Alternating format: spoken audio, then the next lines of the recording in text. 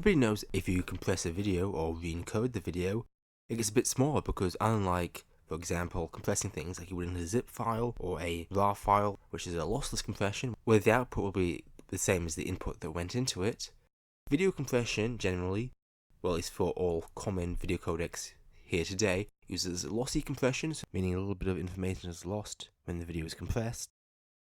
And this can result in lower quality produced over time unless you want to go do something absurd like use a quality control of 0 or the highest possible quality setting, which would preserve most of the quality, although if you're using lossy compressing you'd still be losing some.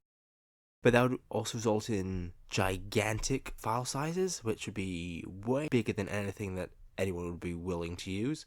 A single short few second video could easily take up multiple gigabytes if you wanted to use a high enough setting so there was no loss in quality. Although normally with the quality that you'd been encoding it at, it's one generation of encoding, you wouldn't see any visible difference, although you could easily crank the quality down and lose a lot more.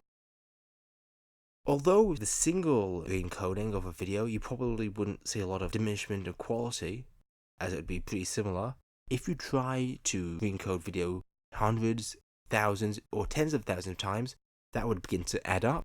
So I've decided to see what would happen if you to actually re-encode videos over and over and over. So I've got a couple of clips that I've found on my computer, and I've used FFmpeg, which is a free and open source tool to encode videos and do other stuff with videos. And I've used that on these clips to take my starting clip and re-encode that several thousand times for each clip, so I can see what exactly happens over time.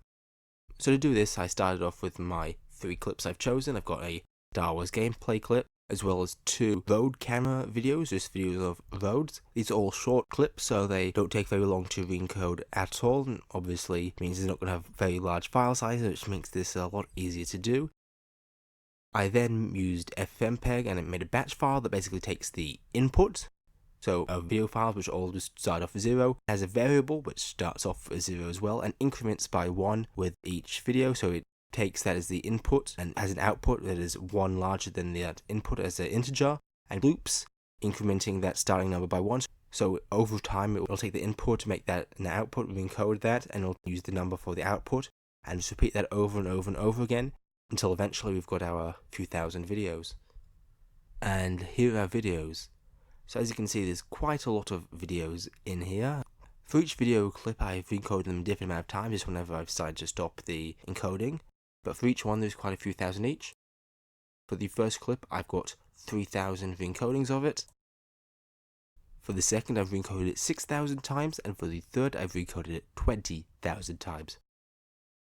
That's a big difference between them, but I've got quite a large range, and over even the few thousand iterations of the first video, that is easily ample to see the accumulation of these changes that occur in this video as you can encode over and over and over again. One thing to note is that for these videos, I've encoded them with the default settings, which I believe, since I'm using H.264, which is the default for MP4, it's a CRF of 23, which does have some noticeable loss, at least if you've got a very astute eye. To me, it doesn't really look like there's any difference over the one iteration, but shouldn't be too noticeable and should still have most of the quality with each iteration. I've also used 8-bit video, and I believe the default is YUV420 for the color depth of the actual video itself. Although if you change any of these settings, you may get some slightly different results as what the artifacts and the actual effects of encoding these videos are, just between the difference of the way it's actually stored. With the first video, after about a dozen re-encodings of the same video, it does seem to look slightly more blurry and slightly less clear, the actual quality of the video itself, although there isn't much of a difference. With about 50, the video is noticeably slightly worse, and there seems to be some splotchiness in the colours as well, especially near the more red colours, such as magenta, where it does sort of turn up a bit splotchy and a bit less distinct. And this gets more noticeable with 100 and 200 re-encodes of the same video, as well as by this point there also appears to be some blockiness in the video, especially again with that magenta colour in the bottom left hand corner. By 500 re-encodes, the blockiness is much more noticeable, and so is the ghosting around the left hand corner around the magenta. By 1000, in addition to the general blockiness, there also appears to be a magenta haze over certain white parts of the image as well, which sort of acts like a ghosting effect from those as well. By 2000 ring codes, there also appears to be some weird dots forming in some parts of the image, and there's no motion, and there also seems to be much more blocky magenta all over the frame as well. By 3000 ring codes, the image seems a lot more blocky, and also seems to be a lot more of the magenta taking over a much larger portion of the screen. The dots also seem to have gotten much worse. The starting base of our second video of a Rode camera is much slower quality than our gameplay video, and after 100 ring codes, the text on the road is much harder to read or make out what the shapes actually are, and there also seems to be some of that magenta that we saw in the first video starting to appear in some of the blocks in this video as well. By 1000 ring codes, the quality of the video seems to be much worse, and the magenta squares seem to be much more noticeable as well, with some of them sort of fading in and out as they get more and less intense. By 2000, the quality is even worse, and the blocky magenta color seems to be taking up a much larger portion of the total screen. After 3000 ring codes, with some more strange blockiness in the bottom left hand corner, which looks similar to the dots that were appearing in the gameplay video we looked at. After 4500 ring codes of this video, the blockiness that was making up those weird dots as well as the magenta has both gotten much worse and cover up a large portion of the screen as the video plays. And after 6000 ring codes, the video has gotten much worse yet again. Here is our third video. After 5000 ring codes, the quality of this is noticeably worse, and there seems to be a general magenta tinge over it, as well as magenta taking up some parts of the screen as the video goes on, especially as a ghosting after the actual vehicle's moving. After 10,000 ring codes, it is slightly more intense, but still it is similar to the previous video that we looked at. And finally, after 20,000 ring codes of this video, the overall compression artifacts are much more noticeable, and the magenta trail that appears behind the cars and in the bottom left hand corner is also much more noticeable. Another thing I haven't mentioned so far, but it's also interesting to note, is that of these videos I've done, about 800 of the total clips are identical to other clips also present. This means that these clips are bit-to-bit identical to other clips that have been output by this algorithm. With some of these clips, it's one input and the next output also happens to have gotten the exact same as the input, which suggests that the input and output is exactly the same. So the input, after it's been encoded, for some reason gave the exact same output, which you wouldn't necessarily expect.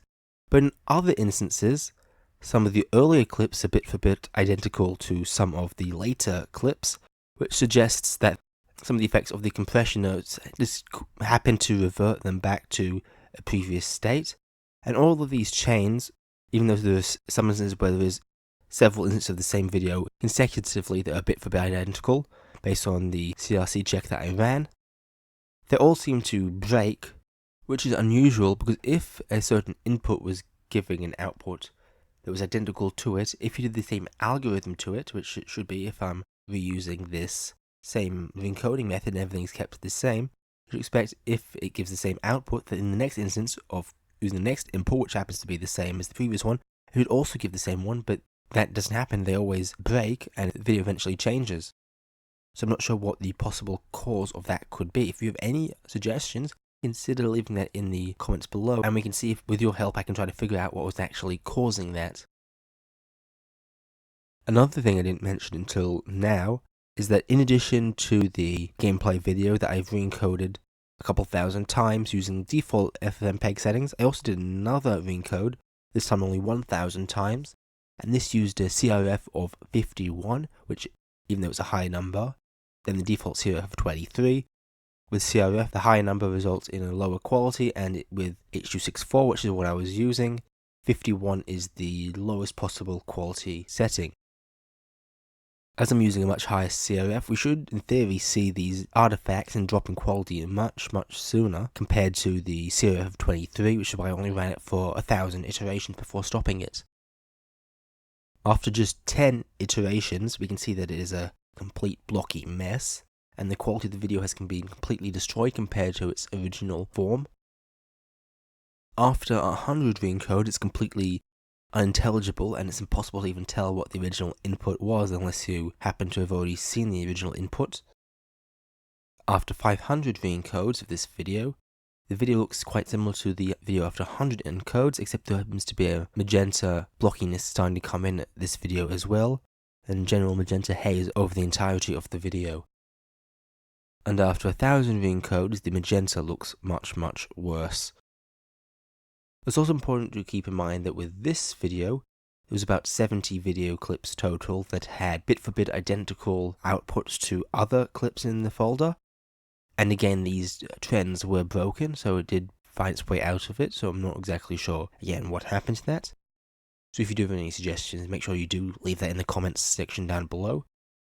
Throughout this video, I've shown off what the effects of continually re-encoding videos are, and the effects that can have on them. Might be interesting to try a few different experiments in the future, perhaps using a higher quality setting. A CRF, for example, maybe of 5 or 10, which of course will make much larger outputs, but there shouldn't be very much of a drop in quality, and we can see whether they do have these accumulation of changes over time that we saw in the video here with CRF 23 and 51 respectively.